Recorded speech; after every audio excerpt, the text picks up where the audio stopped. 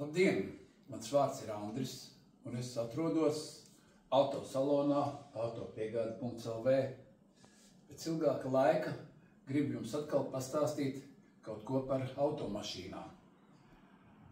Un šajā jaukajā saulainajā pavasara dienā es jums gribu vērst uzmanību uz Tesla Y modeli, ko ir iegādājis mūsu klients.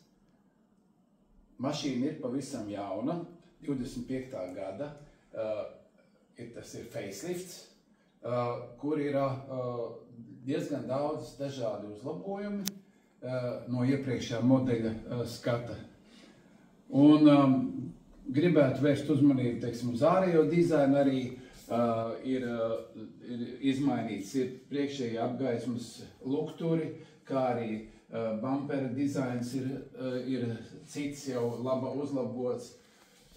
Interesanti arī tāds, ka uz diskiem ir uzliktas tādas uzlikas, kas samazina pretestību.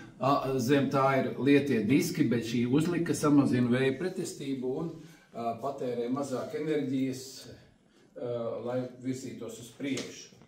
Tātad šī mašīna ir pilnpiedziņas un 75 kW akumulators ir šajā mašīnā, kā arī viņai 384 zirgspēki.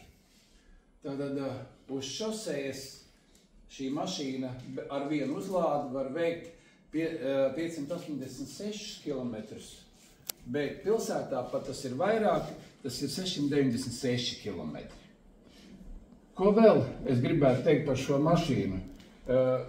Arī salons ir, salīdzinot ar iepriekšējiem Y modeļiem, ir uzlabots.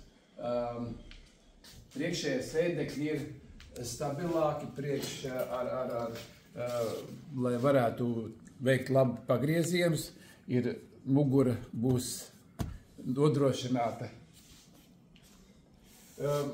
Un arī aizmugurējie sēdekļi šai mašīnai ir uzlaboti, apakšējā daļa nedaudz pagarināta un ir ļoti labs slīpums, ļoti ērts sēdēt, kā arī ir priekšā aizmugurējā sēdeklī ir tāds ekrāns, kur var redzēt arī, ko dara mašīna, jeb šo arī droši var skatīties kādus pārraidus, lai